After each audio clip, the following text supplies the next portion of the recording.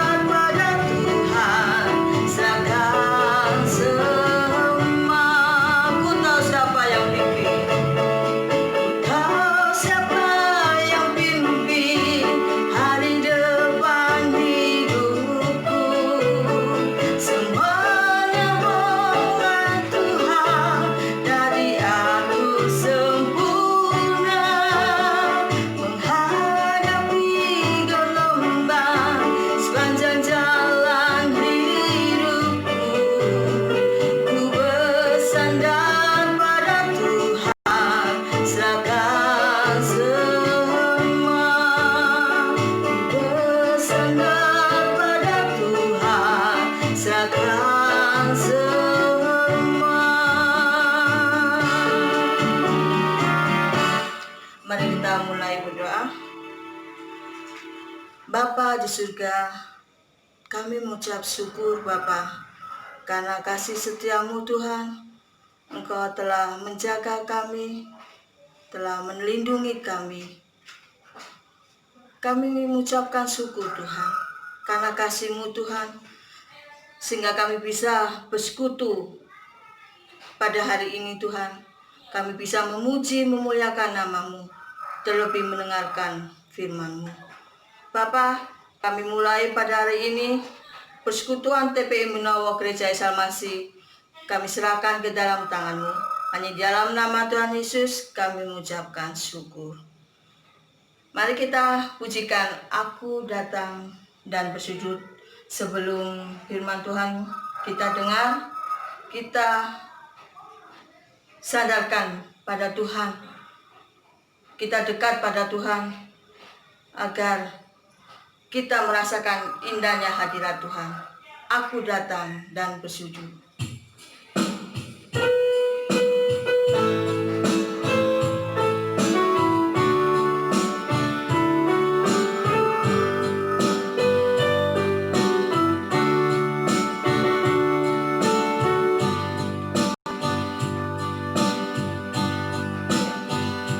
Aku datang dan ku bersujud di hadapan-Mu.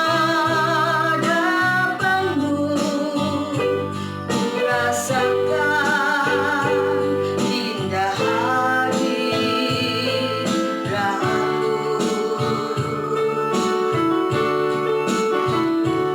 Aku buka mata hatiku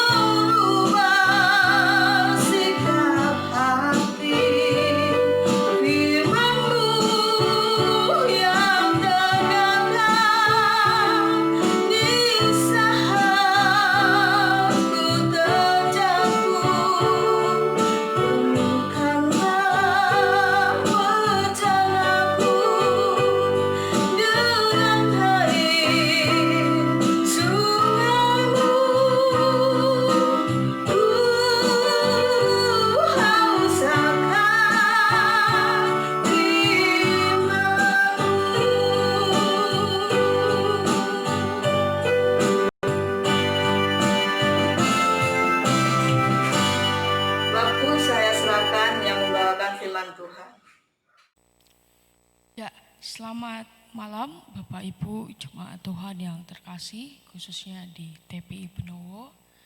Kembali dalam ibadah kita pada malam hari ini, mari kita bersama bersatu hati dalam doa sebelum kita boleh mendengarkan kebenaran firman Tuhan. Mari kita berdoa. Bapa kami dalam surga, kami mengucap syukur ya Tuhan atas kasih dan kesetiaan-Mu ya Tuhan dalam hidup kami. Kami bersyukur untuk anugerah yang telah Tuhan curahkan dalam hidup kami, sehingga kami ada sebagaimana kami ada hari ini ya Tuhan. Tuhan, sebentar kami akan mendengarkan kebenaran firman Tuhan. Kiranya Tuhan yang boleh memberkati setiap kami melalui setiap kebenaran-Mu ya Tuhan. Hidup kami boleh diperbarui dan kami semakin tegak, teguh di dalam Tuhan. Terima kasih ya Bapak, kami mengucap syukur. Serahkan hamba-Mu ya juga ya Tuhan, dengan keterbatasan kiranya Tuhan juga mengurapi dan juga Tuhan boleh memberkati setiap jemaat dimanapun jemaat-Mu beribadah. Biar kiranya pada malam hari ini Tuhan boleh memberkati kami semua. Dalam nama Tuhan Yesus kami berdoa dan mengucap syukur dan kami siap menyambut kebenaran-Mu. Haleluya, amin. Ya, kembali lagi Bapak Ibu dalam ibadah TPI Benowo pada malam hari ini. Kita langsung membuka Alkitab kita dalam Yosua pasal yang ketiga, ayat yang pertama sampai dengan ayat yang ke-17. Yosua pasal yang ketiga, ayat yang pertama sampai dengan ayat yang ke-17. Saya akan membacanya bagi Bapak Ibu Saudara sekalian. Menyeberangi sungai Yordan. Yosua bangun pagi-pagi, lalu ia dan semua orang Israel berangkat dari Sitim, dan sampailah mereka ke sungai Yordan. Maka bermalamlah mereka di sana sebelum menyeberang. Setelah lewat 3 hari, para pengatur pasukan menjalani seluruh perkemahan dan memberi perintah kepada bangsa itu, katanya, segera sesudah kamu melihat tabut perjanjian Tuhan Allahmu yang diangkat para imam yang memang suku Lewi, maka kamu harus juga berangkat dari tempatmu dan mengikutinya. Hanya antara kamu dan tabut itu harus ada jarak kira-kira 2000 hasta panjangnya. Janganlah mendekatinya. Maksudnya supaya kamu mengetahui jalan yang harus kamu tempuh. Sebab jalan itu belum pernah kamu lalui dahulu. Kata Yosua kepada bangsa itu, kuduskanlah dirimu sebab besok Tuhan akan melakukan perbuatan yang ajaib di antara kamu. Dan kepada para imam itu Yosua berkata demikian. Angkatlah tabut perjanjian dan menyeberanglah di depan bangsa itu. Maka mereka mengangkat tabut perjanjian dan berjalan di depan bangsa itu. Dan Tuhan berfirman kepada Yosua, pada hari inilah aku mulai membesarkan namamu di mata seluruh orang Israel, supaya mereka tahu bahwa seperti aku dahulu menyertai Musa, demikianlah aku akan menyertai engkau. Maka kau perintahkanlah kepada para imam pengangkat tabut perjanjian itu demikian. Setelah kamu sampai ke tepi air sungai Yordan, haruslah kamu tetap berdiri di sungai Yordan itu. Lalu berkatalah Yosua kepada orang Israel, datanglah dekat dan dengarkanlah firman Tuhan Allahmu.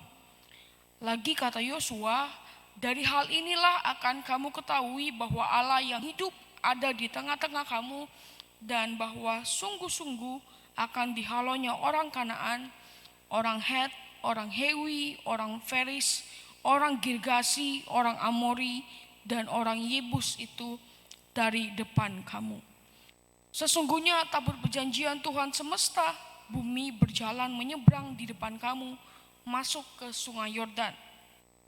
Maka sekarang pilihlah 12 orang dari suku-suku Israel, seorang dari tiap-tiap suku. Segera sesudah kaki para imam pengangkat tabut Tuhan semesta alam bumi berhenti di dalam air sungai Yordan, maka air Yordan itu akan terputus. Air yang turun dari hulu akan berhenti mengalir menjadi bendungan.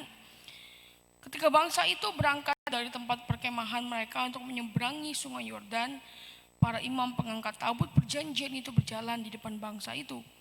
Segera sesudah para pengangkat tabut itu sampai ke sungai Yordan, dan para imam pengangkat tabut itu mencelupkan kakinya ke dalam air di tepi sungai itu, sungai Yordan itu sebak sampai meluap sepanjang tepinya selama musim menuai. Maka berhentilah air itu mengalir, air yang turun dari hulu melonjak menjadi bendungan jauh sekali di dekat Adam, kota yang terletak di sebelah Sartan. Sedang air yang turun ke laut Araba itu, yakni laut asin, terputus sama sekali. Lalu menyeberanglah bangsa itu di tengah tentangan Yeriko. Tetapi para imam pengangkat tabut perjanjian Tuhan itu tetap berdiri di tanah yang kering, di tengah-tengah sungai Yordan, sedang seluruh bangsa Israel menyeberang di tanah yang kering, sampai seluruh bangsa itu selesai menyeberangi sungai Yordan. Demikian pembacaan Alkitab kita pada malam hari ini. Bapak Ibu Saudara, kita hari-hari ini masuk dalam sebuah fase kehidupan yang baru gitu ya. Ya semuanya karena COVID-19 itu ya. Kita memasuki satu fase kehidupan yang baru yang disebut dengan new normal. Banyak sekali kebijakan-kebijakan yang pemerintah buat gitu ya, yang pemerintah tetapkan, seperti harus memakai masker, social distancing, apalagi pakai face shield, dan banyak ya peraturan-peraturan yang intinya itu baik supaya kita tidak terkena COVID, dan itu juga untuk memutus mata rantai penyebaran dan kehidupan itu boleh kembali seperti sedia kala gitu ya. Nah, kita nggak tahu nih ya Bapak Ibu ya, kira-kira apa saja yang akan terjadi di masa-masa new normal ini. Misalkan ada sebuah praktek kehidupan yang baru, misalkan kemarin Menteri Pendidikan dan Kebudayaan gitu ya, Bapak Menteri itu mengumumkan bahwa bisa saja nanti di sekolah pembelajaran akan terjadi secara online terus-menerus, bahkan permanen. Dan saya percaya juga pasti banyak hal-hal yang berubah yang kita belum ketahui. Dan itu menimbulkan satu kecemasan dalam diri kita, menimbulkan satu kekhawatiran kira-kira seperti apa sih kehidupan yang ada gitu ya ketika kita memasuki era new normal ini. Bapak Ibu, kecemasan dan kekhawatiran itu juga ada dalam diri bangsa Israel ketika mereka mau memasuki wilayah yang baru ini. Ketika mereka menyeberangi sungai Yordan, dan itu mereka akan masuk dalam wilayah yang baru. Jadi dalam wilayah yang baru, wilayah yang asing, fase kehidupan yang baru, biasanya itu akan menimbulkan kecemasan, kekhawatiran, dan juga keraguan-raguan. Kalau kita melihat dari perspektif bangsa Israel gitu ya, bangsa Israel sebelum mereka dipimpin oleh Yosua, sebelum mereka dipimpin oleh Musa, mereka ditindas gitu ya di Mesir selama 4 abad, 400 tahun gitu ya, hingga akhirnya Tuhan mengutus Musa untuk membawa bangsa Israel keluar dari perbudakan. Segala mukjizat terjadi, seperti mereka boleh menyeberangi laut Teberau, mana, dan masih banyak mukjizat yang boleh Tuhan nyatakan di tengah-tengah bangsa Israel. Namun sekali lagi, sekalipun mukjizat Allah Tuhan berikan, tapi itu tidak membuat orang Israel itu juga percaya. Tandanya kita belajar bahwasannya bukan karena mukjizat kita menjadi percaya, tapi karena iman kita lah yang terus tertuju kepada Tuhan. Bangsa Israel dengan segala banyak mukjizat yang Tuhan perbuat tetap saja bandel gitu ya, sehingga semua generasi pertama yang keluar dari Mesir itu meninggal di padang gurun, kecuali 2 orang, Yosua dan Kaleb. Bahkan Musa pun gitu ya juga nggak bisa masuk ke dalam tanah perjanjian. Kita melihat Bapak Ibu Saudara, Tuhan itu akan segera gitu ya, dalam konteks Yosua ini, sebelum masuk Yosua pasal 6 di mana mereka akan menghancurkan kota Yeriko dan akhirnya menguasai tanah Kanaan gitu ya. Kita belajar di sini bahwasannya Tuhan akan memimpin bangsa Israel melalui Yosua untuk masuk menyeberangi sungai Yordan. Nah, bagaimanakah prinsip yang Tuhan kerjakan dalam kehidupan mereka? Bagaimana cara Tuhan untuk membawa bangsa Israel ini?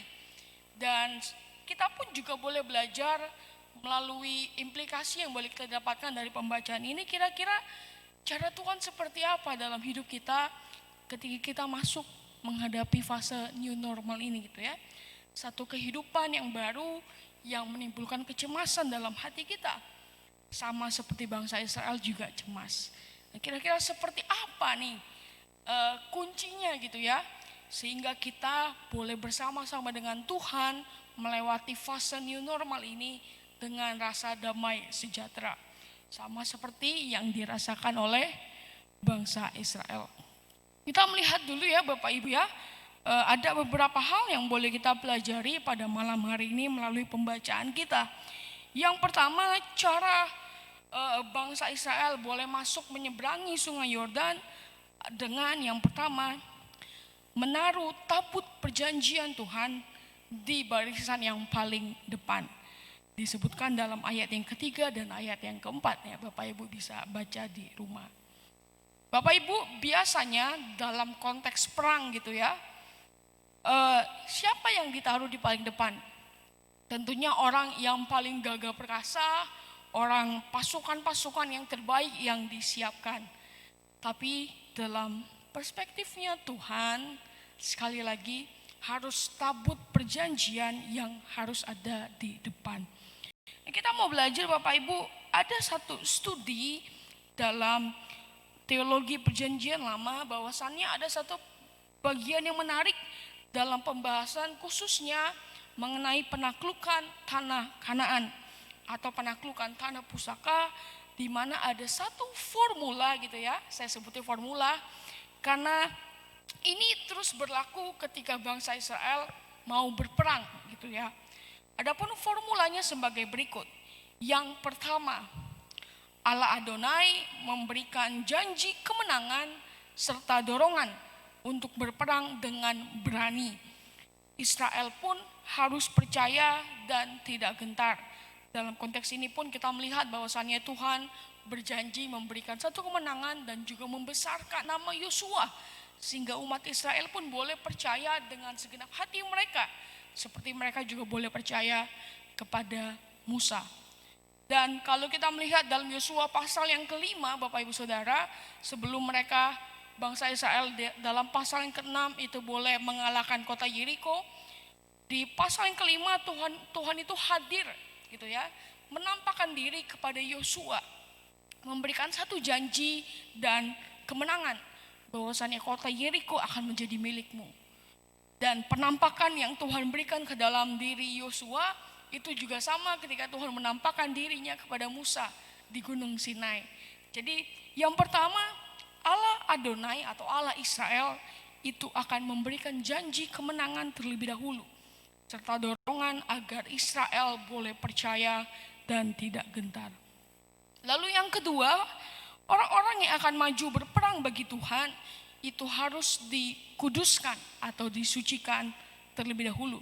Kita pun juga bisa melihat dalam ayat yang kelima Bapak Ibu Saudara, disebutkan di sana, berkata Yosua kepada bangsa itu, kuduskanlah dirimu sebab besok Tuhan akan melakukan perbuatan yang ajaib di antara kamu. Mengapa harus dikuduskan? Mengapa harus menjaga kekudusan? Karena sekali lagi Allah kita adalah Allah yang kudus, dan Ia tidak akan pernah berkenan untuk sesuatu yang tidak kudus. Itulah mengapa orang-orang yang akan maju berperang itu harus dikuduskan dulu bagi Tuhan.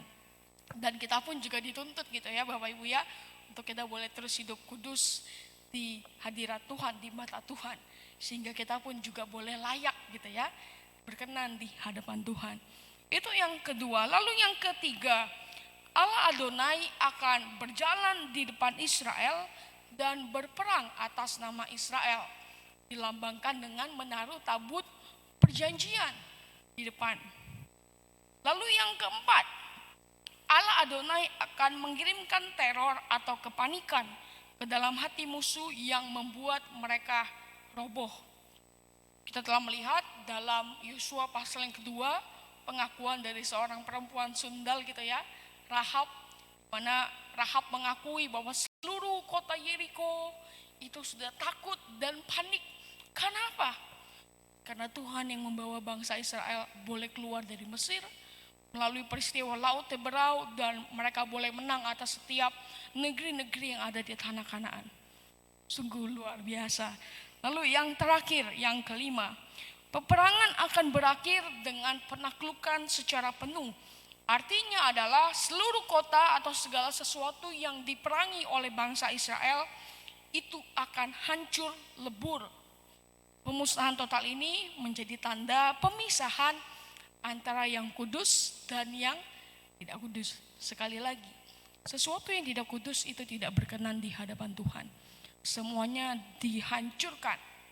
Kalau kita membaca dalam pasal yang ke-6 ya, Yosua pasal 6, disebutkan di sana seluruh isi kota Yeriko dihancurkan dan dibunuh. Hanya ada dua hal yang boleh ditinggalkan. Yang pertama adalah keluarga dari Rahab itu sendiri. Ya, kita tahu di Yosua pasal yang kedua Bapak Ibu. Lalu juga ada satu barang-barang yang memang dikhususkan bagi perbendaharaan Tuhan, yaitu emas, perak, dan segalanya. Jadi sekali lagi, hal-hal yang tidak kudus itu Tuhan tidak suka. Tuhan akan hancurkan itu. Karena apa? Tuhan dan bangsa Israel itu memang adanya adalah kudus. Ketika mereka memasuki tanah yang tidak kudus, segalanya harus dihancurkan. Itulah formula ketika bangsa Israel akan maju berperang untuk menaklukkan tanah Kanaan, gitu ya. Kita lanjutkan Bapak Ibu Saudara, apa maksudnya menaruh tabut Tuhan di depan? Sekali lagi tadi kita sudah berbicara bahwasannya dalam konteks perang pada umumnya seharusnya pasukan yang terkuat harus ada di depan. Namun di sini umat Tuhan diperintahkan untuk mengedepankan tabut perjanjian Tuhan. Apa artinya? Kita melihat dulu nih Bapak Ibu ya, apa isi atau apa itu tabut perjanjian Tuhan. Tabut perjanjian Tuhan adalah sebuah kotak atau peti gitu ya, yang di atasnya dinaungi oleh dua malaikat serafim. Kita tahu itu bersama gitu ya, kita mungkin juga sering melihatnya di video-video di YouTube ataupun di internet gitu ya. Dan di dalam kotak peti tabut perjanjian itu ada dua loh batu, ke-10 firman Tuhan gitu ya. Ada juga tongkat Harun yang bertunas dan juga ada mana. Kalau kita boleh melihat dan mengartikan apa arti dari ini semua gitu ya. Tabut perjanjian adalah tanda dari penyertaan Tuhan.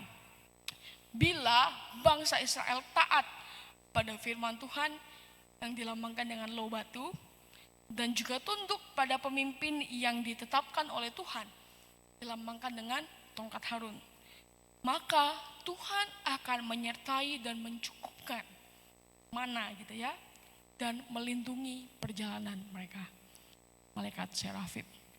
Jadi ketika tabut perjanjian ada ditaruh di paling depan, itu artinya penyertaan Tuhan itu akan berjalan di depan mereka.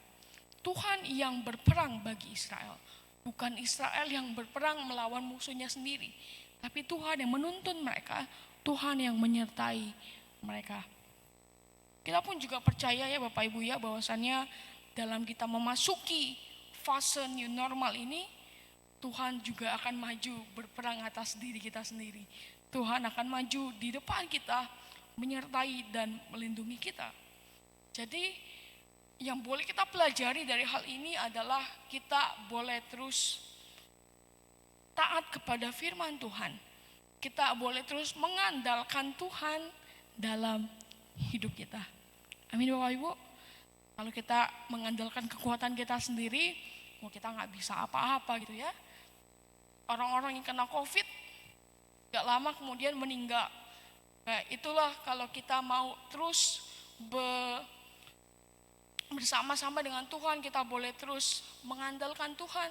Kiranya Tuhan juga akan terus menyertai kita semua, membawa kita boleh melewati fase new normal ini dengan damai sejahtera. Lalu yang kedua Bapak Ibu Saudara, apa yang boleh kita pelajari dari perikop ini? Yang pertama tadi tabut perjanjian Tuhan harus ada di depan. Lalu yang kedua, yang terakhir adalah melangkah dengan iman. Ya, ini adalah hal yang wajib gitu ya. Melangkah dengan iman. Ayat yang ke-13 sampai dengan ayat yang ke-15. Ada satu perbedaan gitu Bapak Ibu ya, ketika bangsa Israel mau menyeberangi Laut Teberau dengan mereka mau menyeberangi Sungai Yordan ini. Pada waktu menyeberang Laut Teberau, airnya itu terbelah terlebih dahulu. Jadi ketika laut itu masih ada dan Musa melemparkan tongkatnya gitu ya, air itu pun akhirnya terbelah. Tapi peristiwa itu tidak terjadi lagi. Kalau di Sungai Yordan, mereka harus masuk melangkahkan kaki mereka terlebih dahulu, barulah air itu terbelah. Artinya apa Bapak Ibu Saudara? Kita harus juga punya iman dalam diri kita. Iman bahwasannya Tuhan itu juga akan maju berperang dalam diri kita. Iman bahwa Tuhan yang akan terus bekerja dalam diri kita. Iman yang terus membawa kita untuk terus percaya kepada Tuhan. Menghadapi kondisi apapun, kiranya iman kita itu boleh terus berharap dan berpatok penuh gitu ya kepada Tuhan. Memasuki dan menduduki tanah perjanjian itu menuntut langkah iman. Itu yang mau Tuhan ajarkan bagi bangsa Israel dan juga Yosua. Kita memasuki fase new normal ini juga kita harus terus berpegang teguh pada iman kita dan harapan kita kepada Tuhan. Iman atau nekat gitu ya, seringkali kedua hal ini diperbandingkan.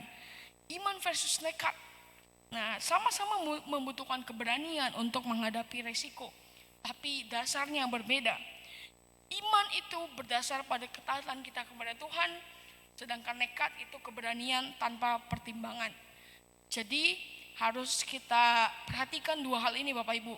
Jadi dua hal ini adalah dua hal yang hampir-hampir mirip, tapi sebetulnya itu beda secara fondasi. Jangan nekat gitu ya Bapak Ibu ya. Kalau Tuhan gak memerintahkan kita, kalau Tuhan tidak bersabda dalam diri kita, jangan melakukan hal-hal apapun yang berada di luar kebenaran firman Tuhan. Tapi kita mau belajar bahwasannya ketaatan kita kepada Tuhanlah yang boleh membawa iman kita boleh terus berpegang teguh pada prinsip firman Tuhan.